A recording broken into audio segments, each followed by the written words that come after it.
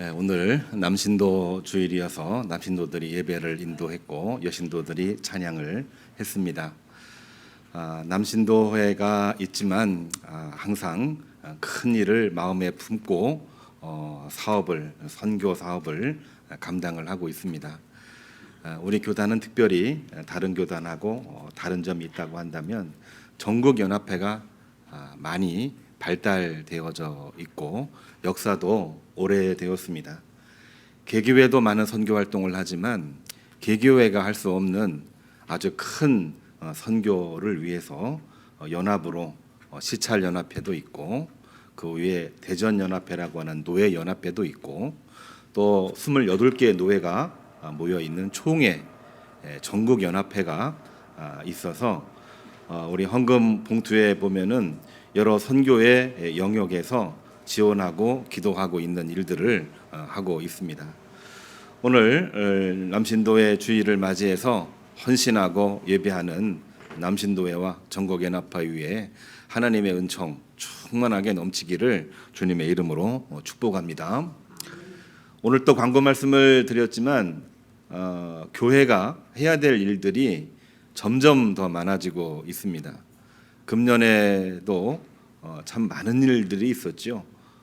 코로나 이후에 벌어지는 여러 가지 경제적인 파동, 그에 따른 이권적인 분쟁 뿐만이 아니라 여기저기에서 엘니뇨에 따른 이상기후 현상으로 지진, 홍수, 폭염뿐만이 아니라 전쟁, 우리가 사건 사고들을 보게 되면은 웃음을 갖기가 참 어려운 그러한 때에 살고 있습니다. 함부로 웃었다가 오히려 맹비난을 받을 수밖에 없는 처참하고 탄식이 많은 그러한 때이기 때문에 함부로 웃는 것도 정말 할 수 없는, 함부로 웃어서 안 되는 그러한 때가 오늘날의 시대입니다. 그러나 우리가 성경 말씀을 보게 되면은 하나님께서는 그러한 척박한 현실, 탄식할 수밖에 없는 현실에 하나님은 인간으로 하여금 웃게 만들어 주셨습니다. 은혜를 내리시고 복을 내리시고 함께 해 주셔서 마음속에 슬픔이 가득했지만 웃음을 낳게 하는 그러한 은혜를 내려 주셨어요. 그렇기 때문에 사람이 웃는다고 하는 것은 결국은 그런 것입니다. 우리 인간의 마음속에 있는 슬픔을 줄이고 우리 마음속에 있는 기쁨을 더 크게 만드는 에너지가 이 웃음 속에 있는 것입니다. 사실 그 옆 사람 보고 웃으라고 한번 이야기할까 고민하다가 한번 웃어보는 것도 좋겠다 생각이 되는데요. 옆에 분 한번 얼굴 한번 보시죠. 한번 미소를 한번 싹 지어주시면 어떨까요? 억지로 웃는 그 모습 말고 정말 기쁨으로 웃는 그러한 웃음이 우리들에게는 필요합니다. 웃으면 좀 이상해질까봐 인상 쓰는 분들도 계신데 긴장을 좀 싹 풀으시면 웃음이 나오게 되고요. 진짜 정말 살아있는 웃음을 보이는 분들은 이런 분들입니다. 단순히 사람의 얼굴로 보이지 아니하고 그 안에 하나님의 얼굴이 보이는 분들은 그 어떤 상황이 주변에 있다고 할지라도 웃음을 가질 수밖에 없는 것입니다. 이게 바로 우리가 웃을 수 있는 근거인 거지요. 슬픔의 현장, 탄식의 현장에서 웃으면 비난을 받지만 그러한 상황 속에서 하나님의 역사하심과 치유하심을 보며 웃는 것은 정말 거룩한 웃음이라고 저는 그렇게 말하고 싶습니다. 성경에 웃음이라고 하는 뜻을 가진 성경 인물이 있습니다. 지난주에는 제가 넌센스 퀴즈를 했는데 오늘은 넌센스가 아니고 진짜 수준 높은 퀴즈를 내는데요. 웃음이라는 뜻을 이름을 가진 성경 인물이 누구입니까? 이삭이요? 이것도 굉장히 어려운 문제인데 우리 교우님들은 수준이 높으셔서 금방 알아맞히시네요. 원고를 제가 나눠드려서 일부러 이삭이라고 하지 않고 히브리 원어 발음으로 이츠하크라고 제가 써놨는데 이츠하크를 다 찾아보고 연구하셨나 봐요. 그렇습니다. 이삭이라는 이름이 웃음이라는 뜻을 가지고 있는 너무나도 유명한 이야기이고, 사실 우리는 어려울 때 힘들 때 이삭이라는 이름을 기억하고 웃음이라는 단어를 기억하면 우리는 어려움 속에서 하나님의 얼굴을 배우는 그러한 은혜가 있다, 그렇게 생각을 해봅니다. 그 기원은 다름이 아니지요. 하나님께서 아기를 낳기가 너무나 힘들었던 고대 사회, 그렇습니다. 아브라함도 나이가 들었지만은 자식이 없는 거예요. 그만큼 아기를 낳는 게 어려운 때이지요. 뿐만이 아니라 이 이삭도 아기를 낳는데 매우 힘들었습니다. 쌍둥이를 낳는데 얼마나 힘들었겠습니까? 야곱도 아기를 낳는데 사랑하는 아내 라헬은 마지막 베냐민 아들을 낳다가 그만 숨을 거두고 말았습니다. 오늘날은 산부인과 잘 돼 있고 조리원 잘 돼 있고 어렵다 하지만 여러 가지 지원 프로그램들이 나오고 있잖아요. 물론 만족을 다 하지는 못하고 있습니다만 옛날에 비하면은 아기 낳는 것이 오늘날 너무나도 많이 지원되고 있는 현실인데, 그 당시 아기 낳는 것은 너무나 힘들었던 것입니다. 그런데 아기 문제로 고민했던 아브라함과 사라에게 하나님이 말씀하시기를 아브라함, 내가 100세 때에 아들을 낳을 것이다, 그 말씀을 하시니까 아브라함은 속에 표현을 하지 않는데요, 부인 사라는 표현을 합니다. 웃는 거예요. 근데 그냥 기뻐서 웃는 웃음이 아니라 피식하면서 비웃음 섞인 그러한 웃음을 짓습니다. 그 이유는 분명하게 알지요. 남편 아브라함이 100세 때 아기를 낳는다고? 그러면 내 나이가 몇인데 어떻게 아기를 낳을 수 있어? 말도 안 된다. 믿을 수 없다. 하나님도 저렇게 거짓말하면 안 되는데, 이런 마음을 가지면서 비웃었습니다. 근데 그 말을 듣고 시간이 흘러서 하나님은 실제로 아브라함이 100세 때에 아들 이삭을 낳게 하신 거예요. 아브라함이 깜짝 놀랐습니다. 사라는 더 많이 놀랐습니다. 너무나도 기쁘고 너무나도 감사해서 아들의 이름을 뭘로 지을까 고민하다가 하나님이 우리로 하여금 웃게 하셨다라는 이름의 뜻으로 그 이름을 이츠학, 이삭이라, 이렇게 이름을 지어 주신 것입니다. 이 이야기는 그냥 읽고 내려가는 소설처럼 우리가 일상적으로 보이는 이야기처럼 보이지만 하나님이 인간으로 하여금 웃게 만드시는 놀라운 이야기입니다. 한 번 더 이야기를 하면은 웃을 수 없는 상황 가운데에서 자식이 없다, 살기는 어렵다, 절망적인 그러한 순간에 인간으로 하여금 아기를 낳게 만들고 인간으로 하여금 웃게 하시는 하나님의 놀라운 은혜 중에 최고의 은혜가 바로 이삭이라는 이름 속에 들어있는 것입니다. 하나님에게는 그러한 것인데 우리에게는 어떤 것인가요? 우리에게는 엄청난 에너지 같은 이야기가 바로 이삭이라는 이름 속에 들어있는 것입니다. 하나님은 우리를 웃게 만드십니다. 그러면 우리가 또 한 가지 할 얘기가 있지요. 그러면 우리는 하나님을 과연 웃게 하실 수 있는가? 하나님을 웃으시게 할 수 있는 사람이 되는가? 저는 요한복음을 읽으면서 주님이 내 안에, 내가 주님 안에, 이 말씀에 굉장히 많은 은혜를 가지고 보고 있는데요. 하나님은 우리 인간을 웃으시게 하셨어요. 은혜입니다. 우리는 과연 하나님을 웃으시게 할 수 있는가? 그러한 질문을 하면서 이것저것 글을 보다가 재미있는 글이 있어가지고 오늘 한번 와봤습니다. 남편 전도 위해서 평생 기도하던 한 여신도가 이츠하크 설교, 이삭 설교를 듣고 너무나 은혜를 받은 거예요. 오늘 이삭이라는 이야기 은혜가 많이 되시죠? 예. 그러한 은혜를 너무 많이 받아가지고 이 사람이 이렇게 새벽기도 나와서 기도를 했답니다. 오늘 내 남편 아무개는 이 새벽기도에 주일에도 나오지 못하는 사람이고 오늘 또 같이 나오지는 못했지만 남편 대신에 남편이 신던 신발을 가지고 와서 이 시간에 같이 기도합니다. 표현도 좀 잘해야 되는데 신발도 냄새나는 신발을 가지고 와서 이 시간에 기도합니다. 이렇게 하나님께 기도를 했답니다. 근데 기도하다 보니까 본인도 너무나도 이상하고 웃겨가지고 그냥 기도는 하지 못하고 그냥 기도하는 시간에 웃고 웃다가 그냥 돌아갔다고 합니다. 자, 이렇게 됐는데 그 다음날 어떤 일이 벌어졌느냐? 우리가 생각지도 못한 일이 벌어졌는데요. 그동안 교회에 무관심했던 이 남편이 갑자기 이유도 모르겠습니다. 여러 가지 맥락도 없습니다. 갑자기 하는 말, 오늘 함께 내가 교회 가자. 같이 갔으면 좋겠다. 이런 말을 했다고 하는 것입니다. 예, 여기서 좀 웃어주셔야 제가 연구한 그 효과가 좀 늘어나는데 안 웃어주시네요. 예. 저는 참 웃기는 재주는 없는 것 같습니다. 예. 지난주는 조금 웃겨보려고 해서 용기를 얻었는데 오늘 제가 용기를 또 잃어버렸어요. 예.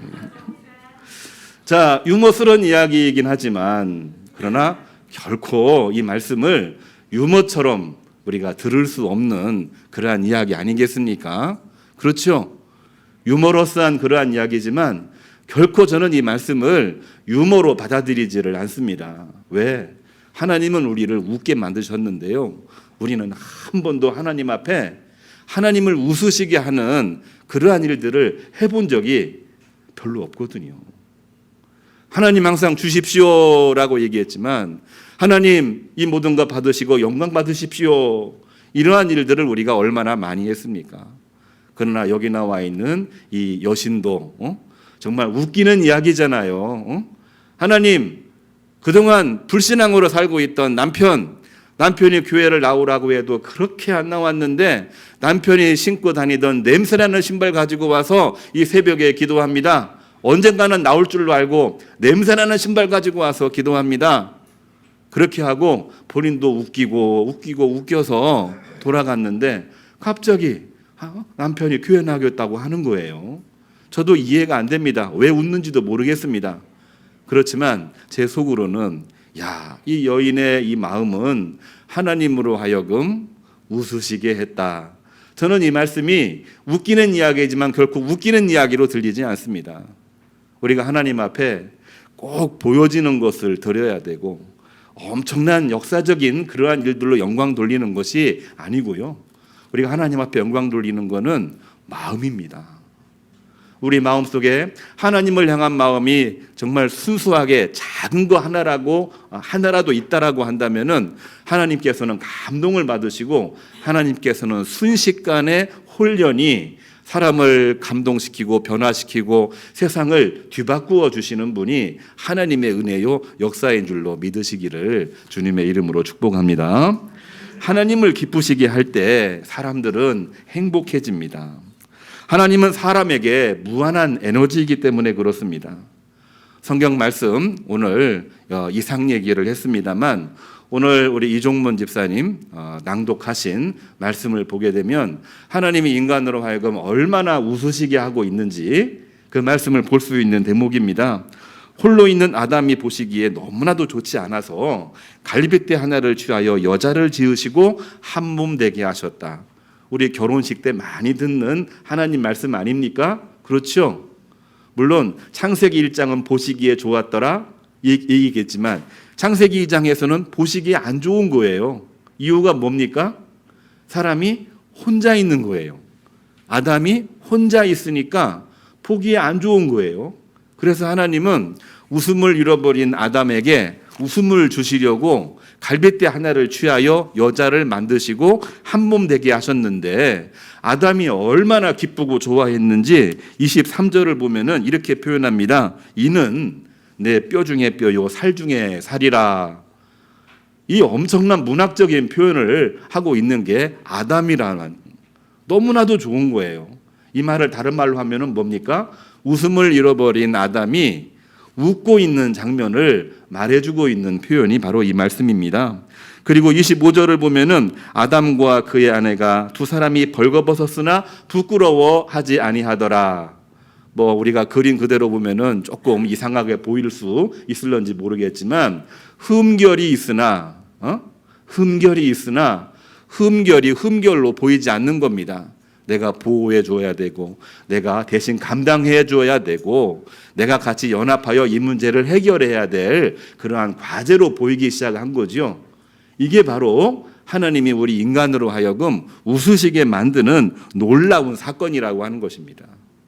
오늘 사도 바울이 에베소서 2장 20절 에베소 교회에 보낸 편지에도 그와 같은 말씀을 이야기하고 있어요. 남편과 아내, 아내와 남편에 관한 이야기인데 자기 아내를 사랑하는 자, 사랑이라는 거 물론 많은 표현이 있습니다만은 좋아하는 것과는 구분이 됩니다. 좋아하는 거는 내가 좋아하는 거예요. 그 사람의 장점을 보고. 그렇지만 사랑한다고 하는 것은 장점만 보고 좋아하는 것과는 차원이 다릅니다. 단점을 보고도 정말 해서는 안 되는 일들을 하고 있는 약점을 보고도 저 부분은 내가 조금 보좌해서 해결해 줘야지, 그런 마음을 갖는 것이 사랑입니다. 그렇기 때문에 남편이 아내를 사랑한다고 하는 것은 그것은 곧 남자가 자기 자신을 사랑하는 것과 똑같은 것이다 라고 이렇게 말을 하면서 에베소 교회에 편지합니다. 하나님의 말씀이 사도 바울을 통해서 교인들에게 전파되고 있는 놀라운 말씀이지요. 이것으로 끝나지 않습니다. 오늘 세 번째로 읽은 마가복음 10장 4절, 목사님 성경에도 이혼 허락하셨잖아요, 이렇게 이야기를 하고 있는데 그러한 질문을 바리새인들이 예수님에게 질문을 합니다. 예수님이 많은 바리새인들에게 이렇게 이야기를 했습니다. 너희는 모세를 통하여 이혼 증서를 써주라 이렇게 하기는 했지만 인간의 완악함을 방어하기 위해서 이 이혼 증서를 써주라고 한 것이지, 나 예수는, 나 하나님은 어느 누구도 하나님이 맺어주신 이 관계를 떼어놓을 수 없다 이렇게 말씀을 하시면서 뭡니까? 사랑하고 웃으면서 살아가는 것이, 그것이 바로 하나님의 섭리요 내 뜻이니라, 이 말씀을 주시고 있는 것입니다. 왜 이렇게 말씀을 하셨을까요? 우리가 창조절 주간이기 때문에 하나님과 세상과의 관계를 우리는 늘 목도해야 됩니다. 하나님과 인간과의 관계도 우리는 늘 봐야 됩니다. 또 하나님이 창조하신 인간과 하나님이 창조하신 이 창조 세계와의 관계도 마찬가지입니다. 더불어 웃으며 웃게 만드는 그러한 관계를 만들어 나갈 때에 하나님께서는 창조의 복을, 구원의 복을 우리에게 허락해 주시는 것입니다. 자, 이번에는 좀 웃어주시면 좋겠어요. 두 번째 유머인데요. 호기심 많은 아담이 하나님께 이런 질문을 했다고 합니다. 하나님, 하와를 왜 그렇게 예쁘게 만드셨습니까? 이런 질문을 하니까 하나님이 뭐라고 답하셨을까요?